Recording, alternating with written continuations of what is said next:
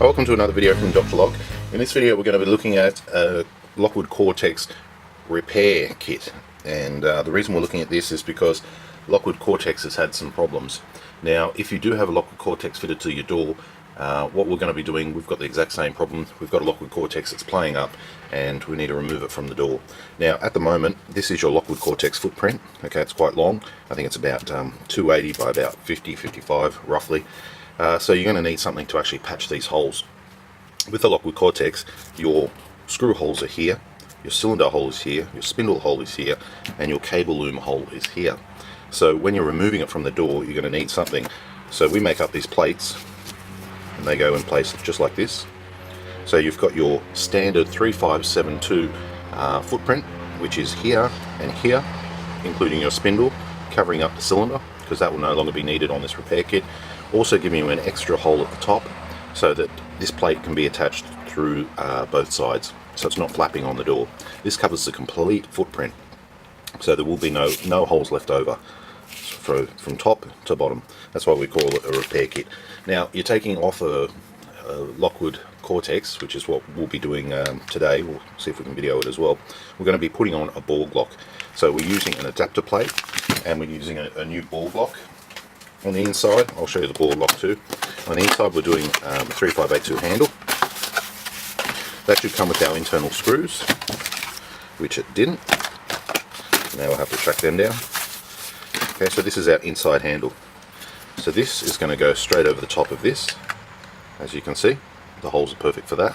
So that's what it's going to look like from the inside. Then we're going to have a screw coming through here.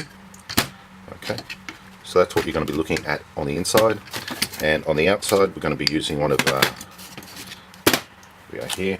one of these type of nuts, which is like a mushroom nut, and that's what you're going to be looking at on the outside.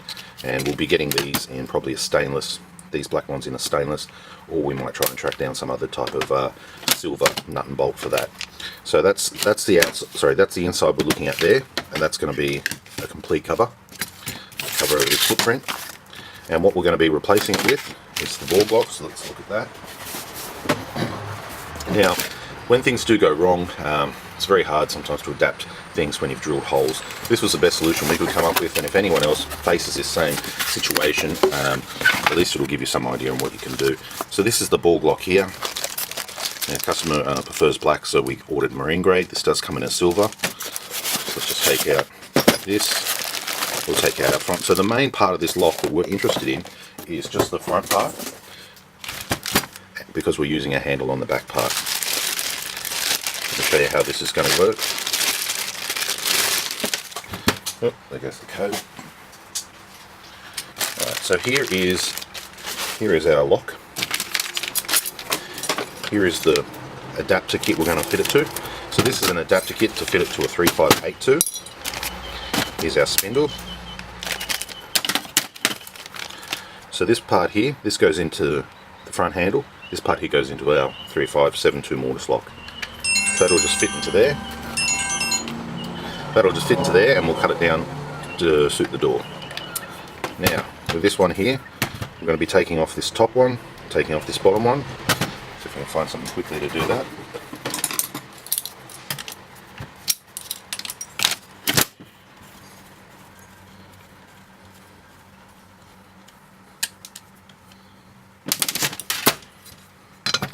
And this simply adapts right there. And we can put our screws in. Find a screwdriver.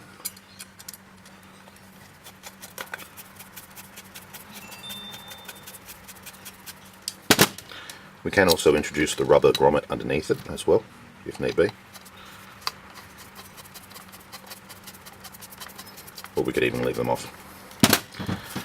So that's the outside there. That's just a protective film there. That will be going over the top there.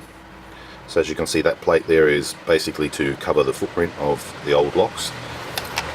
Our spindle comes through, we put a plate on the inside, and then we put this handle on the inside. So this is to repair a Lockwood Cortex that's gone wrong, as a few of them have, and this allows the customer to have a PIN number via mechanical lock. There's no access control, there's no key override, but it is a very reliable PIN number lock that can take a lot of abuse and can also be used in passage mode with the F function. This is what it looks like, and that's going to go on the door, and it's going to make a nice finish. So from one huge footprint down into something that's got other options, this is all we could kind of do. So if anyone has the same problem and they do want some of these plates made up, let me know. We might even cut these little edges off down the bottom, make it a bit nicer, and that will just finish the door off, giving a good finish. If we want to put the plate on this one underneath, we can as well. That will give it a bit of a rubber feel, and as you see, it'll actually, if we put the rubber thing on, it'll overlap a bit, so we'll probably leave that off, and that will be what's going on the door, if you can see it there. So that's outside. That's your inside look there, which is not too bad. Yeah, it's a plate, but you know what can you do? If you've got holes in the door and they're all over the place, you've either got to putty them up, put something in there to make it look nice. So I believe this is probably the nicest way to get the door operational again and cover the holes, and it's something that can all just be bolted together on site. Okay, so I'm going to see if I can do a video on that and collaborate it with this video as well. Okay, thanks for watching.